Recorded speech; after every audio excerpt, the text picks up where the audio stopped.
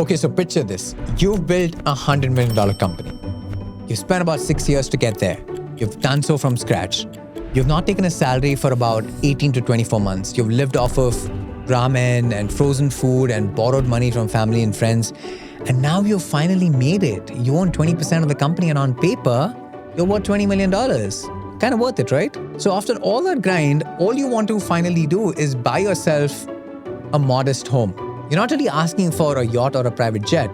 You just want to sell 3% of your shares for around $600,000 so you can stop worrying about rent and breathe a little bit. But here's what could happen to you. When you try to sell just 3%, your board of investors can say no to it.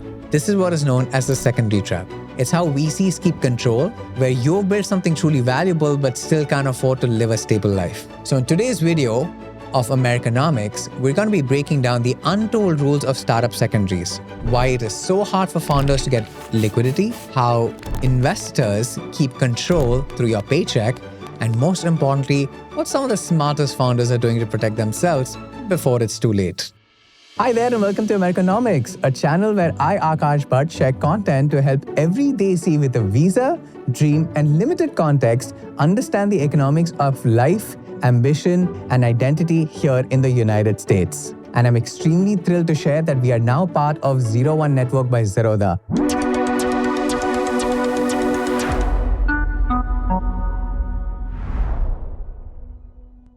Well, so as a startup founder, you have been promised that your equity is going to be worth true wealth. So you end up sacrificing a lot, you hustle, you pour everything into your company. And now that day has finally arrived when your company is worth millions and millions of dollars. And now you're sitting on a pile of equity. Here is the catch. That wealth is locked up in shares that you can't get access to. So even though technically you own those shares, you can't really use them. This is what is known as a secondary trap. Now, before we go ahead, let's quickly just understand what secondaries actually are.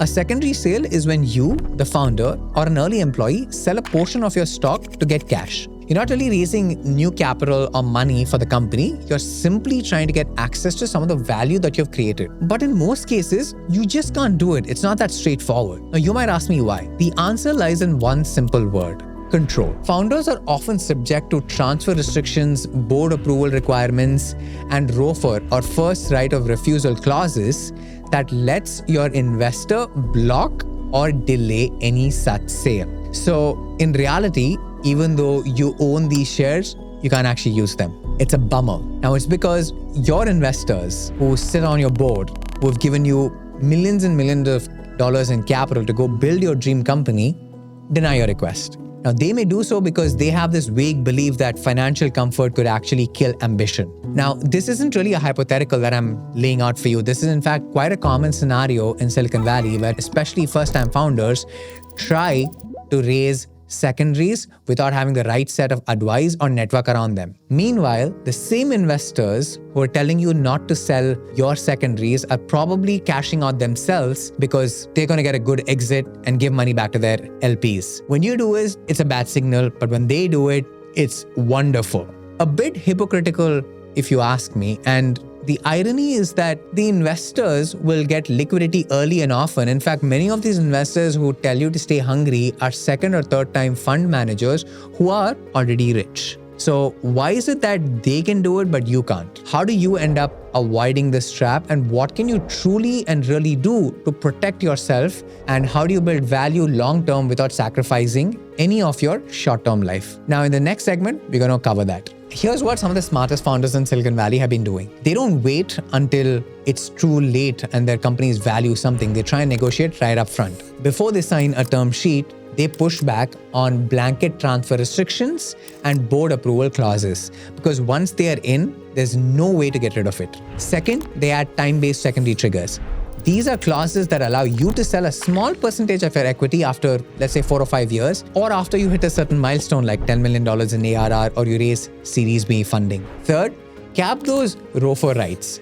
Set a clear window, 15 to 30 days, for first right of refusal to be exercised, and don't allow an indefinite haggling period on the price. Basically, what a ROFR means is that before you sell your shares to an outside buyer, you give first access to existing investors or your company, giving them the right to buy your shares under the same terms. But Here's the catch. There's often no time limit on how long they can take to decide or drag their feet, hoping that the outside buyer walks away. Or worse, they will try and renegotiate a price mid-process, killing the deal altogether. Which is why it is super important to have the window clearly defined. And also, if possible, lock the terms in advance. There should not be any haggling on the time period or any of the offers once there is something on the table, because this gives you access to clarity, speed, and control, and prevents you from being stonewalled out of your own liquidity process. Fourth, always put in a piggyback right. This basically means that if any investor sells their shares in a secondary round, you as a founder should also be able to sell it on a pro rata basis. This keeps the game absolutely fair. And finally, explore alternatives. Platforms like Aption or specialized lenders offer something called as non-recourse loans, using your startup equity as collateral. So they're not truly perfect instruments, but they're still a better lever when a board of investors say no to your secondary sale. Well, if you're a startup founder or plan to be one in the future, remember this: startup equity is not a prize, it's a negotiation. You want to stay hungry? Sure, I'm happy to do that. You want me to build value? I will continue to do so, but I'm not going to let any investor define and make me feel insecure about my own worth. Because it's truly important for you to build a company that's worth value, but also a life alongside it that is worth living. My name is Akash Bhatt, and this is Americanomics, a channel where I break down the economics of life, ambition, dreams, and identity here in America. So if you're a founder or you know somebody who is about to start their company, share this video with them, and hopefully this helps them out. On this channel, we bring you sharp content like this, so make sure you like, share, and subscribe, and I will see you in the next video.